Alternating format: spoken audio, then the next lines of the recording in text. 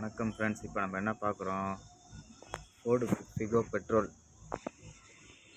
இதில் என்ன கம்ப்ளைண்ட்னா, வண்டி ரைசிங் ப்ராப்ளமாக இருக்குது.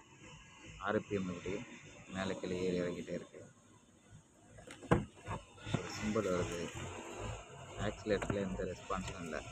நீங்கள் என்ன ஆக்சிலேட்டர் கொடுத்தாலும் ரைஸ் ஆக மாட்டேங்குது. இதுக்கு ஆர்பிஎம்மில் அது ஓடிக்கிட்டே இருக்குது. இந்த செட்டிங் சிம்பிள் வருது. அதில் என்ன ரீசன்னு இப்போ நம்ம ஸ்கேனர் போட்டு பார்ப்போம். ஸ்கேனர் போடாமல் ஃபோர்டில் கம்ப்ளைண்ட் பார்க்குறது கொஞ்சம் கஷ்டம். அதனால் இப்போ இதுக்கு ஸ்கேனர் கட் பண்ணி என்ன ப்ராப்ளம் இருக்குன்னு செக் பண்ணுவோம். ஸ்கேனரில் பார்த்தா தான் சில ஃபால்ட்டெல்லாம் ஈஸியாக இருக்கும் பார்க்குறதுக்கு. நீங்கள் ஸ்கேனர் போடாமல் மேனுவலாக செக் பண்ணால் ஃபால்ட்டை கண்டுபிடிக்கிறது ரொம்ப கஷ்டமாக இருக்கும். ஸ்கேனர் போட்டு பார்க்குறதுல என்ன கம்ப்ளைண்ட் காமிச்சிருக்குன்னா, இந்த ஃபால்ட்டு கோட்லாம் வச்சு செக் பண்ணும்போது நாக் சென்சார் ஃபால்ட்டுன்னு இதில் காட்டுது. Knock sensor fault, throttle sensor ஃபால்ட்டுன்னு காட்டுது. இப்போ நம்ம செக் பண்ணுறோம்.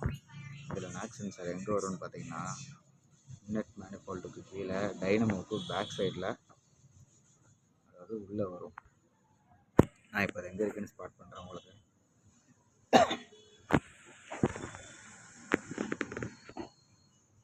இதுக்கு கீழே வரும். இதை எப்படி கழட்டணும்னா, இந்த ஓஸை கழட்டிடணும்.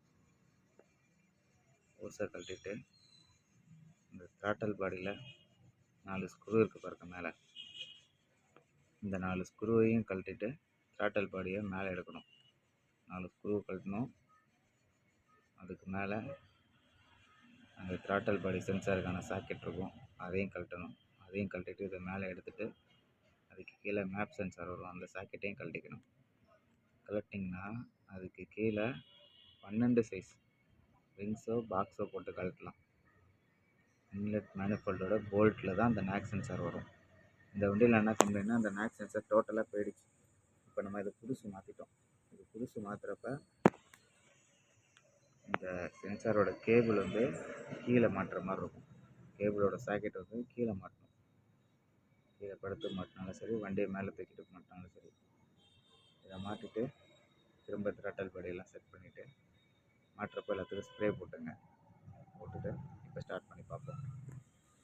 இப்போ ஸ்டார்ட் பண்ணதில் ஓகே, இப்போ ஃபால்ட் படி கிளியராக இருக்குது. வண்டி எல்லாம் ரைஸ் ஆகுது.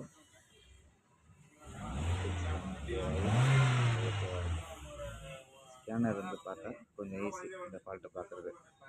தேங்க்ஸ் ஃபார் வாட்சிங்.